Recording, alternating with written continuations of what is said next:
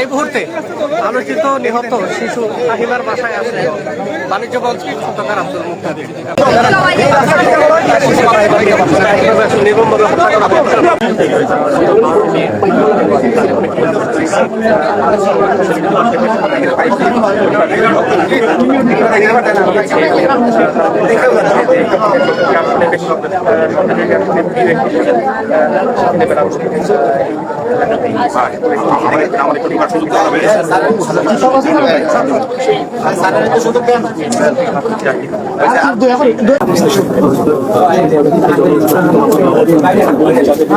দর্শক যারা এই মুহূর্তে আমার সাথে লাইভে যুক্ত আছেন প্রত্যেকে লাইভে এসে আপনাদের সম্পর্কে দেখা শুরু করতে রয়েছে।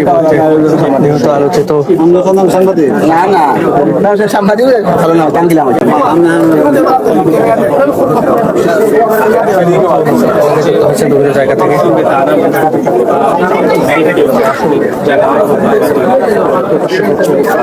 অনেকে যুক্ত হচ্ছেন বিভিন্ন জায়গা থেকে। আমরা এই মুহূর্তে দেখার চেষ্টা করছি সিলেটের কাশনের এমপি আমাদের সরকারের বাণিজ্য মন্ত্রী খন্দকার আব্দুল মুক্তাদির, তিনি কিন্তু এসেছেন আলোচিত নিহত হয়েছেন ফাহিমার বাসায়। সিলেটের জালালাবাদ থানার সোনাতলা যে গ্রামটি রয়েছে সেই গ্রামে বসবাসরত এবং তার পরিবার পরিজনদের সাথে কথা বলছেন, তাদের কথা শুনছেন এবং তাদেরকে আশ্বস্ত করছেন তিনি।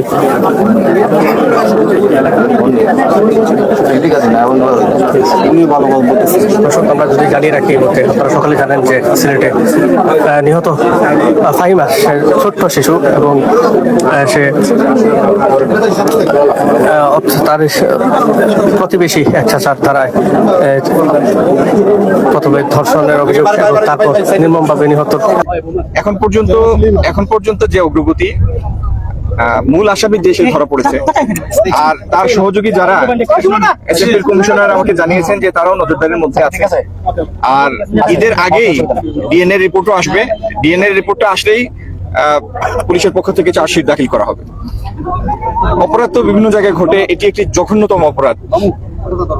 দুধের বাচ্চার উপরে এরকম পাশবিক নির্যাতন এমন একটা ঘটনা যেটা সারা দেশের মানুষকে হতবাক করে দেয়।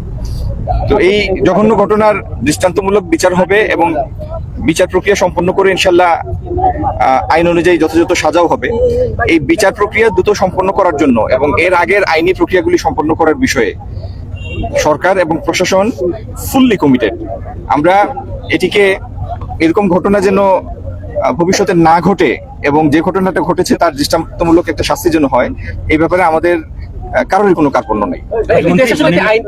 আইনের মধ্য দিয়ে চলে সেক্ষেত্রে আসলে অনেকে আমরা দেখছি যে এই ধরনের ঘটনা ঘটার পর একটা পরিস্থিতি তৈরি হয়, কি সেক্ষেত্রে সাধারণ মানুষের দেশে কি বার্তা থাকবে? আসলে না, এটি এমন একটা ঘটনা যেটা সারা দেশের মানুষের মধ্যে একটা কালো ছায়া ফেলে এবং যে ঘটনাগুলি এইখানে ঘটেছে বা অন্যত্র দু একটা জায়গায় বেশিরভাগ ক্ষেত্রে দেখা যায় যে এটি মাদক শিবিরা এগুলির সাথে জড়িত, মাদকাসক্ত লোকজন এটির সাথে জড়িত।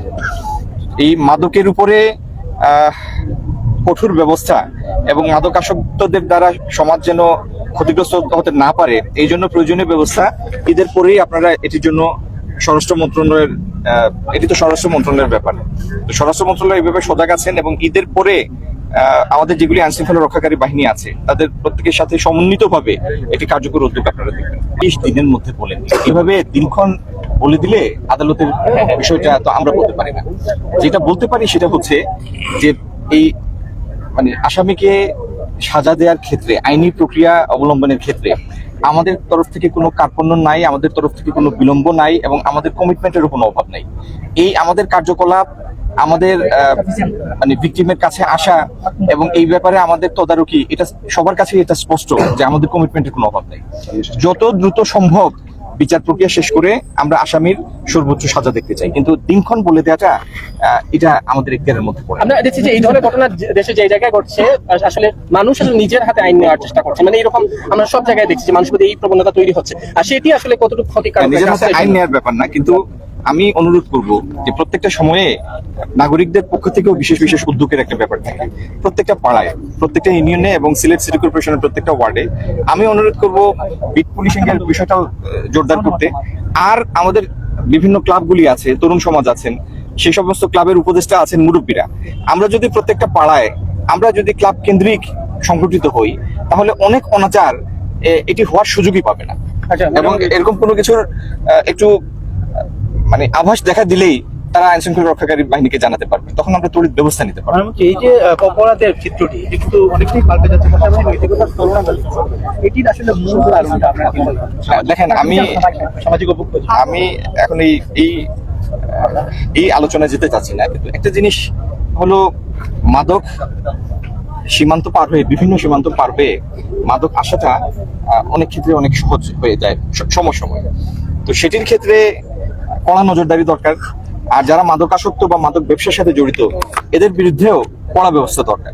তো একটা ট্রানজিশন প্রক্রিয়ার মধ্যে দিয়ে, আমরা তো মাত্র 3 মাস হওয়ার দায়িত্ব নিয়েছি, এখন একটা ট্রানজিশন প্রক্রিয়ার মধ্যে আছে।